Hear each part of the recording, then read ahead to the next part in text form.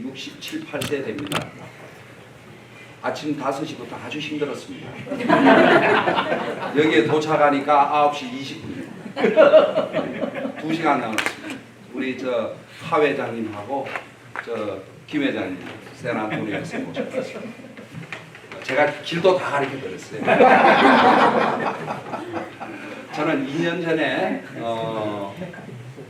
이 자리에 서서 여러분들하고 그 당시에 미중 문제에 관해서 서로 토론을 한 적이 있습니다. 거기에서 우리 이 휴son 그 평통 자문위와 인연을 해가지고 그동안 박유한 회장님과 많은 교류를 해왔습니다.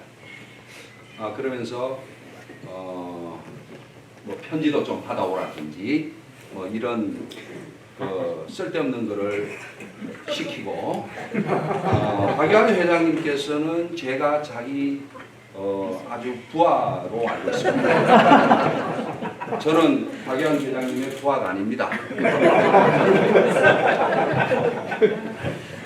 제가 오늘 여러분들하고 강의할 내용은 국정관계에 대해서 좀 얘기를 할까 합니다.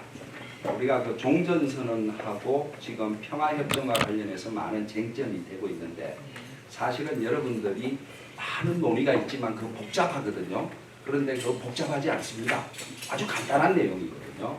그런데 이놈 저놈 오만 학자들이 얘기를 하니까 복잡해져 버렸죠. 그래서 그 바로 정전협정을 하고 평화협정을 해버리면 되는데 그것이 잘 안 되니까 중간에 어떤 문제가 발생하는가 하면은 종전선언이라는 게 하나가 끼어들어요. 또 한쪽은 핵개발이라는 게 하나가 끼어들어요. 이러한 문제가 지금 섞여 있어가지고 아주 우리는 지금 혼란한 상태에 있습니다. 저는 국제법을 전공하고 있습니다. 그 중에서 통상법을 주목하게 하는데 우리 국제법 학회에서 이와 관련해서 논문이 1년에 수백 편도 더 나옵니다. 그런데 읽어보면은 뭐 별로 쓸데없죠. 전부 다 그 똑같은 얘기들을 서로 얘기하고 학술적 얘기를 하는데 이것은 학술적 얘기보다 더 정치적 의미가 크고 민족 내부적 의미가 더 큰 내용입니다. 그래서 오늘 강의를 하면서 여러분들이 좀 기억을 해둬야 될 것은 뭐냐면 정전협정을 하거나 평화협정을 하면 되는데 정전협정만 했고 다시 평화협정을 체결해서 관계를 정상화시켜야 되는데 이게 잘 안 되니까 남한 정부는 종전선언을 주장하고 있고 북한은 평화협정을 맺기 위해서 핵개발을 하고 있을 뿐입니다. 이게 핵심의 요지입니다. 사실은 제가 오늘 드리고 싶은 얘기는 요 4마디만 하면 사실 끝나는 얘기인데 이렇게 하니까 너무 밋밋하죠. 그래서 조금 더 얘기를 제가 이어가도록 하겠습니다. 제가 학교에서는요 굉장히 인기 좋은 교수입니다. 왜 그러냐 하면은 제가 학생들에게 꼭 하는 얘기가 강의는 양보다 질로 한다. 그래서 내가 3시간짜리 거의 저런 강의를 하면은 1시간에 끝나죠. 그래서 저희들도 미국과 똑같이 강의 평가를 아주 엄격하게 합니다. 그러면은 강의 평가의 첫 번째 항목이 강의 시간 및 계획에 충실했으니까 이렇게 되면 학생들은 전부 아니라고 얘기죠. 그래서 제가 시간을 굉장히 스피드하게 속도감 있게 해서 가능한 한 제가 2시까지 한번 맞춰보겠습니다. 왜냐하면 잠도 지금 많이 오시잖아요. 정전협정 얘기하는 겁니다. 1953년도에 휴전협정이 일어납니다. 여기서부터 혼란이 오죠. 휴전협정은 뭐고 정전협정은 뭐다. 똑같은 얘기입니다. 똑같은 얘기인데 이 얘기부터 시작하겠습니다. 자, 그것을 한번 가봅시다. 한 520년 전에 임진왜란이 일어났습니다. 임진왜란이 일어나서 서울에서부터 시작해서 의주까지 선조가 문진을 가는데 거기서 첫 번째 도착하는 것이 개성입니다. 그때 비가 굉장히 많이 왔어요. 그래서 여기에 여러분들 보시면은 저 다리가 하나 있죠. 그죠? 그리고 또 하나를 다리가 하나 있으니까 강물이 있습니다. 그리고 여기에서 보면은 이쪽에 좌측에 추막이 있습니다. 이것이 뭡니까? 판문점입니다. 지금만 그렇지. 그 당시에는 이것이 뭐였었는가 하면은 이름이 널문이었어요. 그러니까 널판지로 만든 이런 문이었다는 거죠. 선조가 저기를 못 건너니까 비가 와서 강물이 많으니까 저기에다가 뭘 합니까? 전부 다 집집마다 있는 주막에 있는 눈을 다 띄어다가 넘어갑니다. 그래서 널문이가 이렇게 돼요. 중국 사람들이 오니까 뭔가 한자로 적을 방법이 없어요. 그래서 판문리로 이름을 바꿔버립니다. 모르셨죠? 네. 그래서 아이러니하게도 한 지역에 두 개의 주소를 가지고 있는 것이 바로 그 지역입니다. 북한에서는 개성특급시 판문점입니다. 그리고 남한에서는 저것을 파주시에 소속되어 있는 행정구역을 전 세계 역사상 한 지역이 두 개의 주소를 가지고 있는 아주 독특한 지역입니다. 자, 이것은 경기도 개성특급시에 있는 내봉장이라고 하는 요리집. 여기에서 휴전 법정이 1951년 5월 23일 시작돼서 2년 한 그러니까 한 8개월에서 한 14년 그 긴 기간을 거쳐서 이 휴전선에서 끝납니다. 그래서 북한에서는 이 내봉장에서 하자는 거죠. 휴전 협상. 그런데 이 내봉장은 요리집 99칸이 있는 아주 큰 요리집. 그리고 그 당시에 38선 이남과 남한 정부가 통제하는 지역이었습니다. 그래서 그 사람들은 상징적으로 남한 정부가 하는 그 관할하는 지역에 와서 협상을 하려고 했죠. 왜? 요것만 점령해도 뭐가 됩니까? 자기들은 전쟁에서 이긴 거예요. 땅을 한 뼘이라고 생각했습니다. 그런데 유엔군 측은 원산 앞바다에 떠 있는 덴마크 병원성 유틀란디아에서 하자 이렇게 합니다. 그래서 이 지역을 정하는 것에 있어서 한 6개월간 싸워. 그러면서 1951년도 5월 달에 가면 사실상 전쟁은 끝납니다. 그러면 그 뒤에서 뭐 했느냐? 유엔군이 엄청나게 북한에다가 뭡니까? 공습을 가합니다. 풀 한 폭이 안 남을 정도로 공습을 가해갖고 지금 북한에 풀이 안 자랍니다. 실제로 그렇습니다.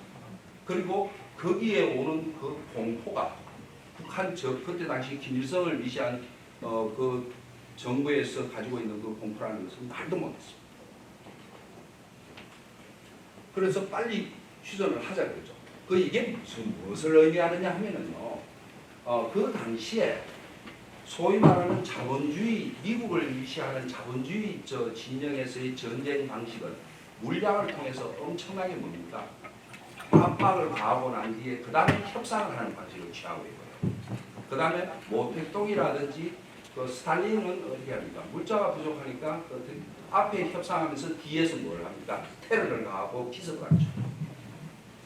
이러한 그 협상 방식을 채택하고 있습니다. 이게 전형적인 우리나라에서도 일어난 것이죠. 자, 이렇게 해서 정전협정이 7월 27일에 일어납니다. 그런데 여러분들 뭐 휴전협정이 있다, 정전협정이 있다 이렇게 됐죠. 그런데 그 내용은 전혀 모르실 겁니다. 학교에서 우리가 배운 적도 없고 저도 모릅니다. 이게 무진장하게 길어요. 5조 그러니까 지금으로 치면 한 5장 63개 종류로 되어 있습니다. 아주 상당히 두꺼운 휴전협정입니다. 한 국가 간에 이 전쟁을 치르고 나니까 해결해야 되는 문제가 굉장히 많았지 않겠습니까? 그래서 내용이 굉장히 많습니다. 그런데 여기서 재밌는 거 보면 위에 김일성도 있고 팽덕회도 있고 유엔 사람들 미국 영어 글자도 조금 보이고 그렇지 않습니까? 있는데 한국 사람의 남한 정부의 대표가 없습니다. 자, 여기 한번 봐보시죠. 그래서 협정의 이름은 이렇게 한글로 된 거, 영어로 된 거, 그 다음에 중국어로 된 게 이렇게 되어 있습니다. 그런데 그 당시만 해도 아직도 통역이라든지 이 번역 기술이 발전되지 않아가지고 각기 다르게 그 이름을 붙입니다. 한자도 다르게 붙이고. 그러니까 한자에서는 정전협정이라고 했고 영어에서는 휴전협정이라고 했습니다. 그런데 국제법, 이 법학적 측면에서 바라보면 이것은 굉장히 의미가 다르죠. 그런데 실제로 상당한 시간을 흐르면서 이것은 무의미한 토론 내용이 되어버린 것입니다. 자, 한국 전쟁은 여러 가지 그게 많습니다. 여러분들 이거 조금 생각해 보셔야 됩니다. 서로가 뭡니까? 내란으로 바라보는데 서로가 침략했다고 주장을 하고 있고 이런데 국제적으로는 그렇지 않죠. 이것은 뭡니까? 남침입니다. 북한에서 내려와서 명백하게 하는 남침. 그리고 실제로 우리가 학자들이 얘기하는 것은 남북 당사자 간 내전이다. 특수한 성격의 내전이다. 이렇게 바라보는 것이 학자들의 입장입니다. 그 휴전협정 중에 중요한 것은 이 협정이 끝나고 난 뒤에 바로 어디 간다? 제네바에서 빨리 협의해가지고 외국군 철수를 하자. 이렇게 해서 중공군과 유엔군을 전부 철수시키자 하는 것이 들어가 있었습니다. 그런데 미국이 거부해서 그 내용은 협상되지 않습니다. 1954년도에요. 그리고 실제로 중공군은 1958년까지 북한에 주둔합니다. 그리고 미군은 계속 우리나라에 남아있습니다. 자, 그리고 한국전의 처음과 끝은 전부 다 중국의 주얼레가 주도를 합니다. 이 사람이 주얼레입니다. 왜냐하면 그 당시에 이 사람이 중국의 외교부 장관이었습니다. 그리고 우리 정부에서는 변영태라는 외교부 장관이 또 상당 부분 역할을 합니다. 자, 여기서 우리가 하나 특징적이고 우리가 생각해 봐야 될 거, 우리가 왜 못 들어갔느냐? 우리가 그 당시에 왜 미국이 주도해서 그러면 거기에서 휴전협정을 하려고 그러냐? 우리가 전시작전권을 포기했기 때문이었습니다. 저 전시작전권이 바로 대통령이 이승만 대통령께서 메가데에 위임합니다. 그럴 수밖에 없었겠죠, 그 당시에. 우리 군대도 변변치 못하고 이러니까 미국이 우선 남한을 좀 방어해 주기를 바랄 수밖에 없는 상황이에요, 그 당시. 그러면서 한국은 끊임없이 원래 1953년도 5월 30일까지 백선엽 장군이 있죠.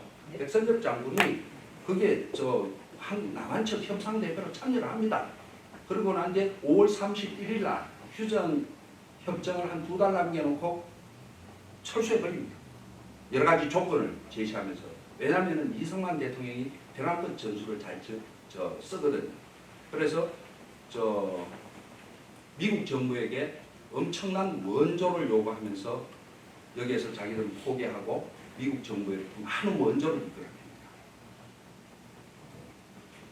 자, 그러면 이 전쟁이 사실 51년에 끝나면 되는데 왜 지금까지 한 3년간, 한 2년간 더 끌었느냐? 그 당시에 무슨 문제가 있었는가 하면은 소련이 스탈린을 중심으로 해서 체코하고 헝가리를 침공합니다. 그러면서 미군들을 한반도에다가 묶어놓은 거죠. 그러면서 끊임없이 중국 군대를 통해 가지고 서로 전쟁하면서 미군들을 여기 묶어놓고 자기들은 소비에트를 건설하려고 합니다. 사실은 한국 전쟁에 소련이 참전하지 않고 그렇게 휴전 협정이 길어진 내막에는 바로 이런 모습이 있습니다.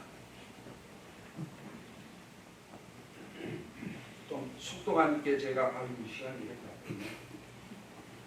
실제로 전쟁 끝나고 평화협정을 체결한 그 전쟁의 형태들은 굉장히 많습니다. 대표적으로 소련, 그 당시에 소비에트 있죠. 소련과 일본이 했고, 이스라엘과 요르단도 했고, 그 다음에 에티오피아하고 에리트레아도 했고, 많이 그런 사례가 있습니다. 자, 그런데 북한은요, 정전협정이 끝나고 일관되게 평화협정을 주장합니다. 우리는 평화협정에 대해서는 지금까지 별 얘기를 하지 않았습니다. 평화협정에 대해서 처음으로 그것을 언급한 정부가 문재인 정부. 그럼 그동안 뭐 어떻게 했습니까? 우리는 전쟁의 시작을 굉장히 강조하니까 어떻게 하든지 북한에 대해서 화해보다는 그 문제에 대해서 우리는 정오를 더 강조했죠. 북한은 계속 평화협정을 주장했습니다. 실제로 여러분들이 느끼는 것하고 이 북한하고 중국이 미국에 대하여 느끼는 그 공포감은 발도못합니다. 엄청나게 그 공포감을 어느 날 갑자기 미국이 자기들을 침공해서 나라를 없앨 거다. 정권을 뒤집을 거다. 그것은 바로 중국이나 북한이 개인 우상화를 바탕으로 하는 정권 유지였기 때문이었어요. 만약에 민주적 정부였으면요 그런 생각을 가지지 않았습니다. 자, 그 다음에 이 평화협정을 체결하기 위해서 미국과 평화협정을 체결하기 위해서 이 사람들이 뭡니까? 그동안 정전협정 체제 이것을 무력화시킵니다. 그래서 대표적으로 우리가 정전위원회가 존재하는데 정전위원회를 갖다가 북한이 탈퇴를 해버립니다. 그리고 서해 5도의 주장을 갖다가 무시하고 자기들 그거 새로 만들어야 된다고 주장을 합니다. 그래서 지금 어떻게 됩니까? 과거의 중립국위원회, 정전협정에서 만들어진 중립국위원회, 중국이 추천한 바로 체코와 폴란드가 있었는데 1994년도에 강제로 이 사람을 추방시킵니다. 그리고 1994년도에는 북한이 중국 대표단 150명도 강제로 추방시킵니다. 그러면서 정전협정을 완전 무력화시킵니다. 그래서 지금은 뭘 합니까? 옛날에는 정전협정위원회 그 회담을 했는데 지금은 뭘 하느냐? 고위장성급 회담을 합니다. 바뀌어버렸어요. 지금은 사실은 뭡니까? 북한에 의해서 정전협정이 무력화되어 있습니다. 자, 이런 얘기 좀 재미있는데 넘어가겠습니다. 국방 한계선 문제, NLL 문제도 북한이 지금 계속 잘못됐다고 주장을 합니다. 그러면서 2013년에는 외무성 담화를 통해서 정전협정 파기선을 자 그러면서 평화협정을 맺자 이렇게 하면서 2004년도부터 시작해서 끊임없이 주장하는 그 평화협정에 대해서 재밌는 얘기들을 많이 하죠. 평화협정 회의되고 그 군대 주둔해도 상관없다. 주한미군 주둔해도 상관없다. 이런 얘기를 합니다. 그리고 그 다음에 가서 김계관 북한 외무상이 그 당시에 차관이었는데 여러분들 잘 알아야 될 게 공산국가는요 차관, 부장관이 힘이 더 셉니다. 여러분들 그거 아셔야 돼요. 그래서 여기에 보면 중국에 대해서 어떻게 됩니까? 외교부 차관이 뭐라 그러는가 하면은 중국에 대해서 중국 사람들 우리 그 영향 전혀 안 받는다. 이렇게 얘기를 합니다. 중국을 아주 우습게 합니다. 북한은. 제가 그래서 중국을 아주 우습게 하는 이 문제에 대해서 제가 중국에서 공부를 했거든요. 그래서 제가 중국에서 인문제를 많이 공부하고 와가지고 한국에서 이거 가지고 돈 많이 벌어먹었어요. 그래서 중국에 기댈 필요가 없다. 이렇게 얘기를 해버립니다. 자, 조금 더 넘기겠습니다. 우리 남한에서는 어떻게 되느냐. 평화협정 체결하려고 그러니까 미국이 자꾸 걸리죠. 그러니까 남한 정부에서는 남한 정부가 평화협정 체결까지 가는데 주도권을 행사하는 뭔가의 필성의 카드가 있습니다. 그것이 뭐냐? 종전선언. 우리가 종전선언을 통해서 평화협정으로 가는데 그 종전선언에 미국을 끌어들이기 위한 하나의 남한 정부의 뭐였습니까? 한반도 정세의 주도권이 바로 종전선언이에요. 굉장히 정치적 의미가 있지만은 이것도 상당히 그 자체로서 의미를 가지는 것입니다. 자, 그래서 2007년도에 부시와 협상의 회담에서 노무현 대통령이 평화협정 체결하고 종전선언하자, 종전선언하고 평화협정 체결하자 이렇게 얘기드리죠. 그 당시에 부시는 이게 안전보장협정이라고 얘기하기도 하고 평화협정이라고 얘기도 하고 종전선언이라고 얘기도 하고 프레스 릴리즈에서 헷갈립니다. 이게 뭔지도 몰랐습니다. 그래서 제가 이걸 확인하기 위해서 미국 국무부에 가서 자료를 찾아보니까 아주 다양한 그 언어가 나와요. 그래서 미국에서는 사실 여기에 대해서 별로 그렇게 준비되거나 관심을 가지지 않았구나 하는 그런 느낌을 갖고 있습니다. 자, 그리고 남북 정상회담에 가서 바로 3개월 뒤에 종전선언을 제안합니다. 그래서 그 당시에 14선언에 처음으로 종전선언이라는 게 그 선언문에 딱 들어갑니다. 자, 조금 빨리 넘어가겠습니다. 그 뒤에 문재인 정부가 종전선언을 또 주장합니다. 그러면서 최초로 판문점에서 평화협정을 얘기합니다.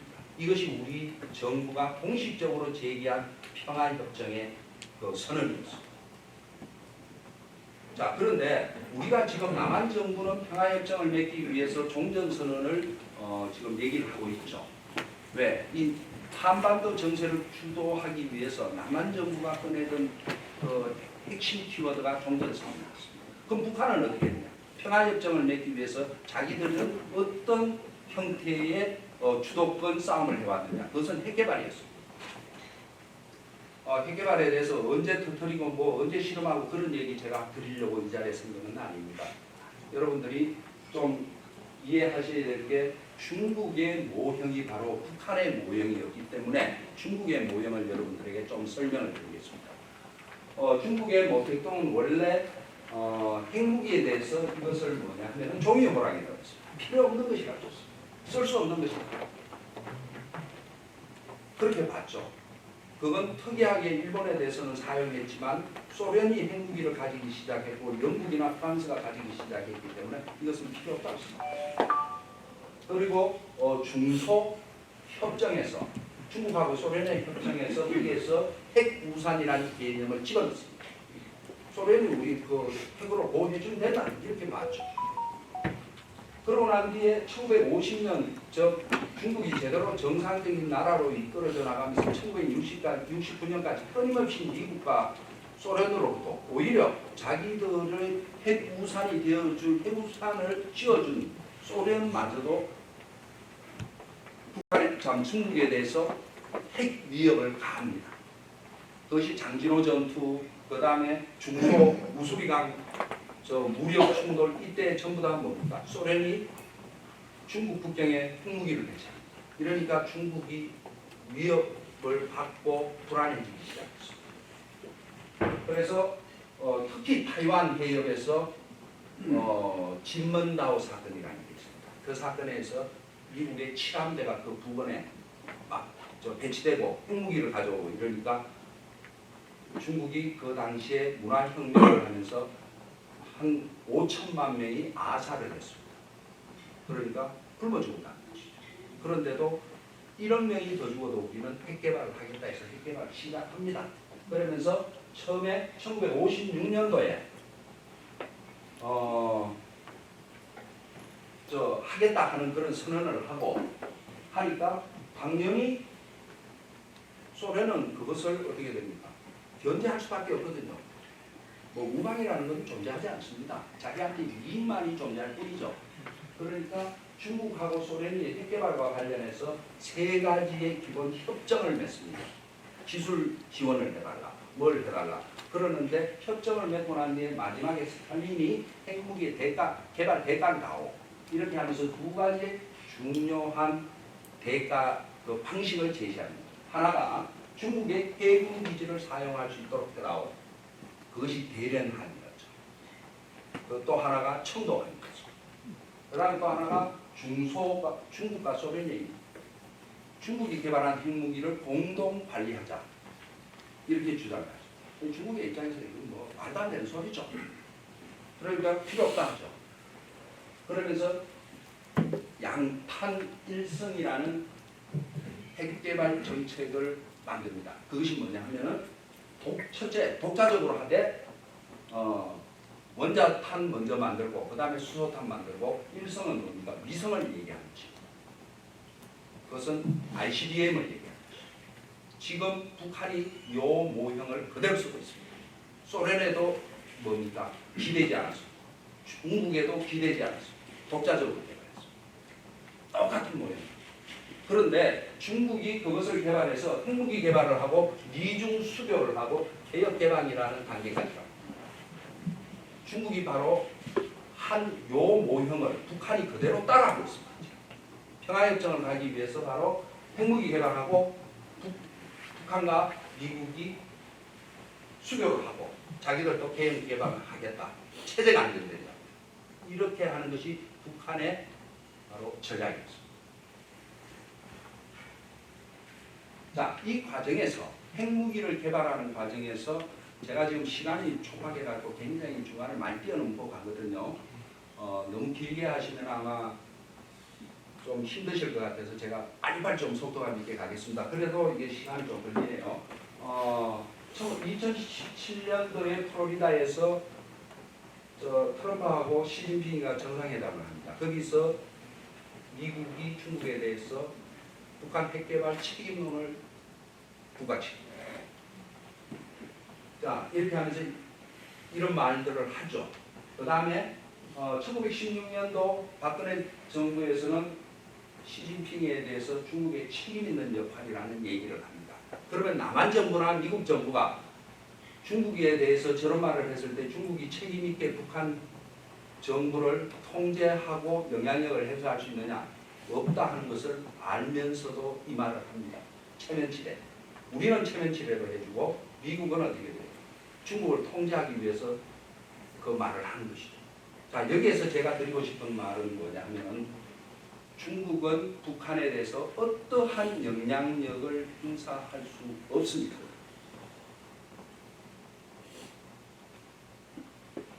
자, 북중 관계 굉장히 중요합니다. 남북한 관계를 결정지을 수 있는 변수죠. 자, 여기에서 우리가 2002년까지요. 우리나라의 북한학을 전공하는 학자들이 하는데 두 가지의 의견이 대립했습니다. 하나는 중국이 북한에 대해서 적극적 영향을 행사할 것이다 하는 적극성 이론이 하나가 있습니다. 두 번째는 소극적 영향을 할 것이다. 그 다음에 세 번째가 제가 발표를 했죠. 전혀 영향이 없다. 왜냐하면 우리가 그렇게밖에 평가할 수 없었던 게 중국에 대한 우리가 자료의 접근이 금지되어 있었고 그 당시에 저 학문 1세대들. 두 번째로는 뭔가 하면 이렇게 됐던 이유가 뭐냐면은 한국 정부하고 북한 정부가 서로 어떻게 됐습니까? 단절되어 있었기 때문에 거기에 대해서 우리가 접근할 수가 없었습니다. 그러다 보니까 추측을 계속 해왔죠. 학자들. 그런데 제가 중국 가서 1994년도에 첫 수업이 북한의 외교 관계였습니다. 거기서 북중 관계가 나왔는데 제가 그것을 듣고 북한은 중국에 대해서 상당히 영향을 받을 것인데 하는데 그게 아니었습니다. 여러 가지 이론적 설명을 하는데 제가 아주 충격적이었습니다. 자, 이렇게 된 이유가 첫 번째가 이 바로 여러분들 학교 다닐 때 코민테런이라는 것을 공부하셨을 겁니다. 그게 뭔지도 모르고 공부하셨죠. 기억나시죠? 코민테런 한국에 있을 때 공부하셨죠. 이거 분명히 공부했습니다. 선생님이 모르시니까 그걸 대충 가르치고 그냥 코민테런이 있다 이렇게만 얘기하시는 거죠. 코민테런은 뭡니까? 사회주의는 국가 소멸을 주장합니다. 국가 필요 없는 겁니다. 사회주의 국가가 대연합을 이룬다는 것이죠. 그게 소비에트입니다. 소련을 중심으로 해서 대연합을 이룬다. 그게 소련 연방입니다. 1차적으로 성공한 게 소련 연방이죠. 소련 연방으로 확대되니까 북한하고 중국, 베트남은 문을 걸어 잠그기 시작합니다. 그러면서 그쪽은 전부 다 우상화 작업을 하면서 스탈린과 똑같은 길을 걷습니다. 우리가 마르크스 레닌주의에 의하면 전통적으로 사회가 진보해 가는데 원시 봉건 사회부터 고도로 발전된 자본주의에 가면은 사회주의로 바뀌어갑니다. 그런데 지금 지구상에 존재하는 사회주의 국가 중에서 고도로 발달된 자본주의를 해본 국가는 한 군데도 없습니다. 그러니까 이론적으로 전혀 맞지 않는 걸 했죠. 그러니까 이게 뒤죽박죽 되고요.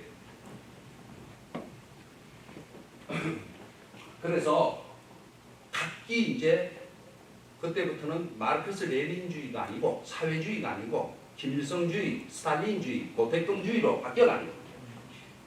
그러면서 독재, 그 다음에 저 문을 걸어잡는 봉쇄정책, 어떠한 이데올로기나 이념도요 국민을 배고프게 하고 가난하게 만드는 그런 이념이 없습니다. 아주 웃기는 이론들이 나왔잖아요. 그러면서 각자 어떻게 됩니까? 독재자가 출연해가지고 자기들의 정치적 안정만 도모하는 것이죠. 그러면서 모든 세계의 역사관계, 남북한 관계는 전부 어떻게 됩니까? 꼬여 들어가는 뿐입니다. 아주 복잡해지죠. 뭐가 뭔지 모르죠. 자, 그런데 북중 관계에 있어서 하는 특징은 독립정권을 형성하고 이렇게 하면서 내정을 불완성하고 이렇게 하지만 중요한 것은 뭡니까? 운명 공동체를 유지하고 있는 것입니다. 서로 어떻게 돼요?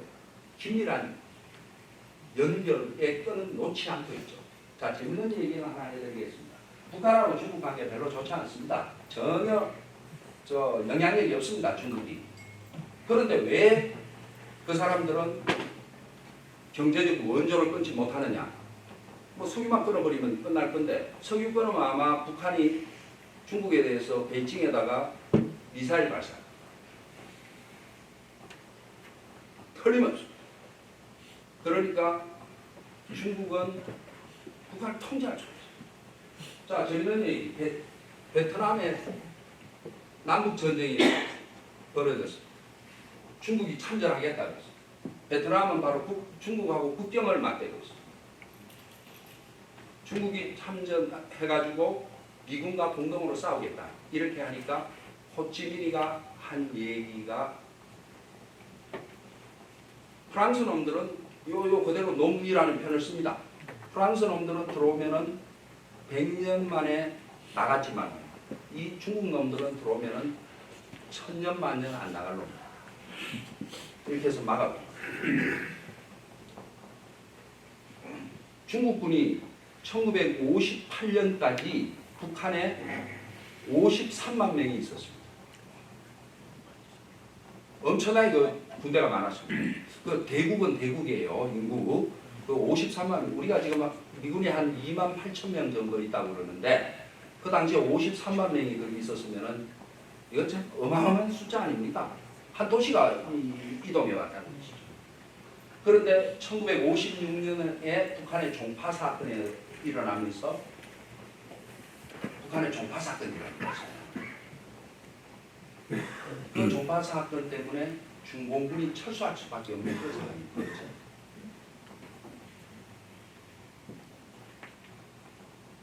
자, 그래서 역사적 지정학적 요인에 의해 가지고 중국이 지금 많은 국가들과 국경을 맞대고 있는데 한 23개 국가하고 국경을 맞대고 있습니다. 그 중에서 가장 위험한 지역이 동북 방면에 바로 북한입니다. 그 다음에 또 하나가 남쪽에 베트남입니다. 그래서 북한은 거기에 대해서 굉장히 관심을 씁니다. 사실은 중국이 베트남에 대해서 엄청난 수모를 당하고 있습니다. 수모를 당하고 있으면서도 베트남에 대해서 계속 원조하고 말도 못합니다. 저 베트남이 중국 남중국해 어선들 오면 베트남 해군들이 가서 다 격침시켜요. 그래도 중국이 아주 말도 못해요. 북한은 한번 보십시오. 중국 배 넘어오면 그대로 격침시켜요.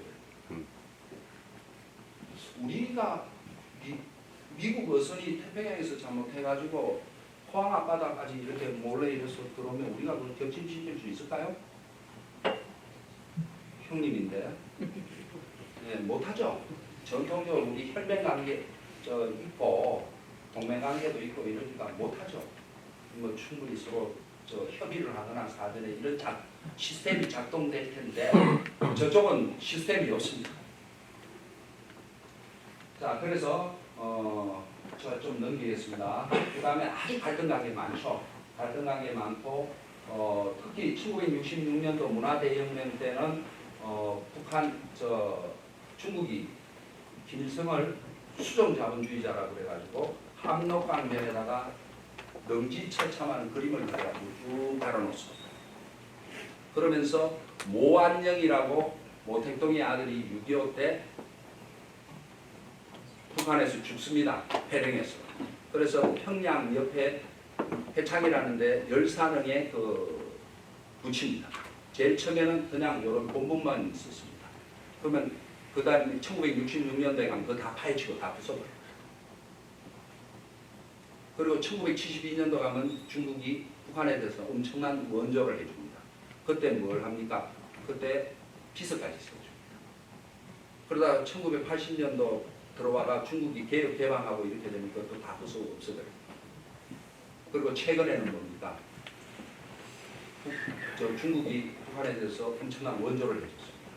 그 최근에 흉상이 만들어졌습니다. 모안영. 북중 관계는 그렇게 변해가 필요에 의해서 혹은 관계에 의해서 어떤 데는 북중 간의 정상들의 방문이 최장 8년까지도 없었던 경우가 있습니다. 실제로 김정은이 같은 경우는 8년 동안 안 했거든요. 그걸 어떻게 불명이라고 얘기해요? 그런 경우는 없습니다. 정상적 국가 관계에서.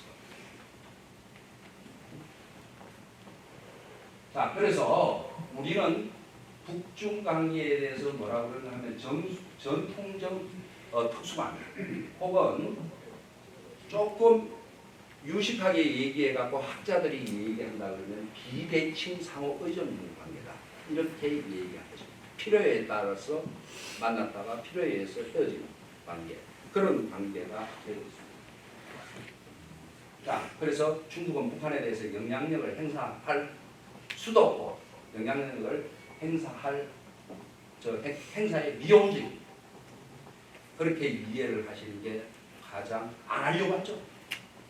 자, 여기에서 재밌는 게 하나가 참고로 하나 알려주고 싶은 게 뭐냐면 북한하고 중국하고 협정이 맺어져 가지고 얘기하는 게 뭐냐 하면은 한반도에 전쟁이 있으면 중국은 자동적으로 개입한다. 이렇게 여러분들이 알고 있을 수도 있습니다. 그렇게 많이 알려져 있습니다.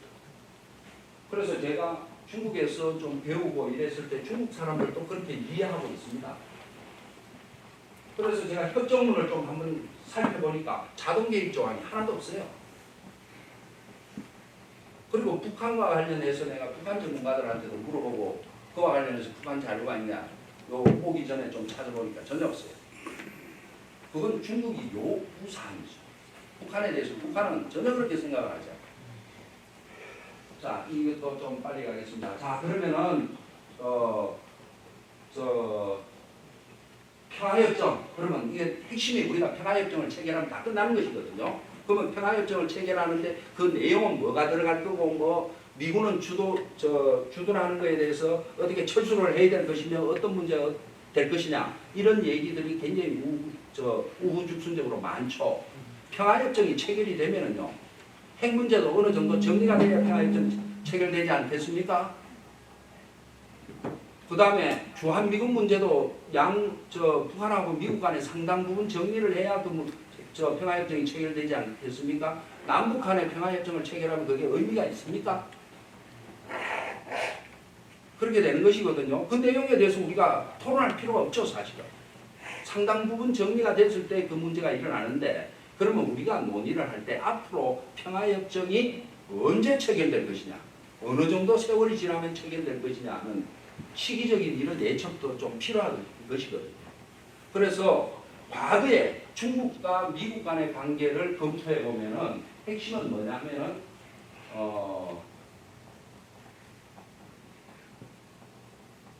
아마 미국과 중국 관계가 최악의 상황으로 진입되면은 그때는 북한하고 미국이 급속하게 평화협정 체결 논의가 벌어질 거예요. 바로 1972년도에 미국과 소련이 급격한 냉전 시대에 들어가서 핵 전쟁이 발발하기 일보 직전 되니까 닉슨이 중국을 갔습니다. 그리고 79년도에 양판이 평화협정을 체결합니다. 그래서 제가 생각할 때는 모든 국가는 자기의 이익에 따라서 움직이는 것이기 때문에요. 중국하고 미국이 지금 상당히 대립되고 있거든요. 사실은 대립되고 있습니다. 앞으로 시간이 지나면 아마 엄청난 대립이 있을 것입니다. 그 대립이 격화되면 격화될수록 미국과 북한의 관계는 좁아질 것입니다. 그리고 상당 부분 해결되죠. 핵 문제도 해결이 될 것이고 핵을 폐기하거나 뭐 얘기가 나오겠죠. 그 다음에 또한 어떤 식으로 그 관계를 유지할 것이고 또 주한미군은 어떻게 할 것이고 이 문제도 상당 부분 남한 내에서도 논의가 일어날 것이고 우리가 의견을 어떻게 됩니까? 합치하는 과정을 거치게 됩니다. 제 얘기는 여기서 끝내겠습니다. 감사합니다.